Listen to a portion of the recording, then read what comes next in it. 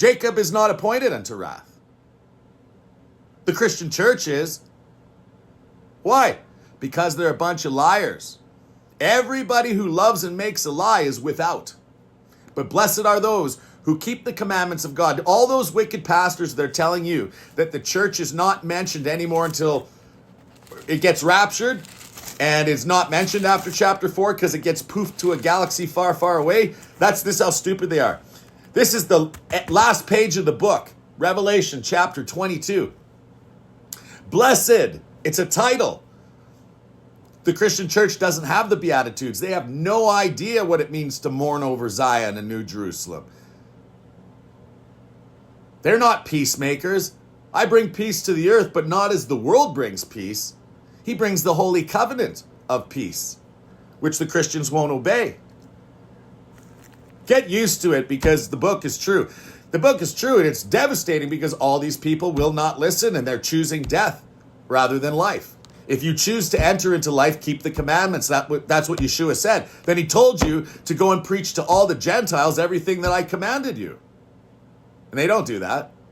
Baptizing them in the name of the Father. They don't even know the Father's name. Blessed are they that do the commandments of God, that they may have right to the tree of life and may enter through the gates into the city.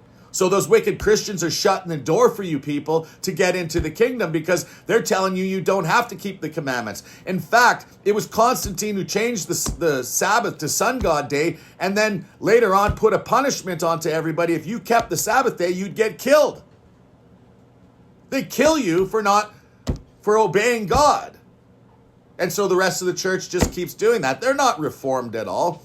That's the great whore and her many harlots. That's the Protestant Reformation, is the many harlots. Revelation chapter 17 and 18. And they got Mystery Babylon stamped on their forehead because they're so proud, make Mystery Babylon great again.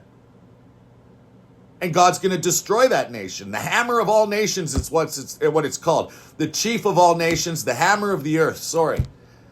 Who's that? It's not Iceland. So, blessed. Blessed are those who read this book, hear the things, and do them.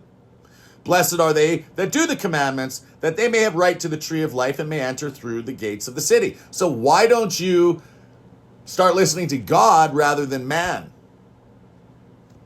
For without, so anybody who doesn't keep the commandments are without, they're dogs, sorcerers, whoremongers, murderers, idolaters, that's their Christmas tree, their crucifix, bound down to Mary, etc., etc., wearing that crucifix around their neck. That's mentioned a couple times in the Bible as well.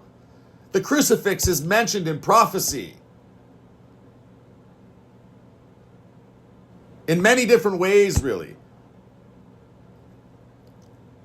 For without are dogs, sorcerers, whoremongers, murderers, idolaters, and whoever loves and makes a lie. So whoever loves and makes a lie is without the kingdom. I, Yeshua, listen closely. The church isn't mentioned anymore after chapter 4 is what these pastors will tell you. Why are you listening to them?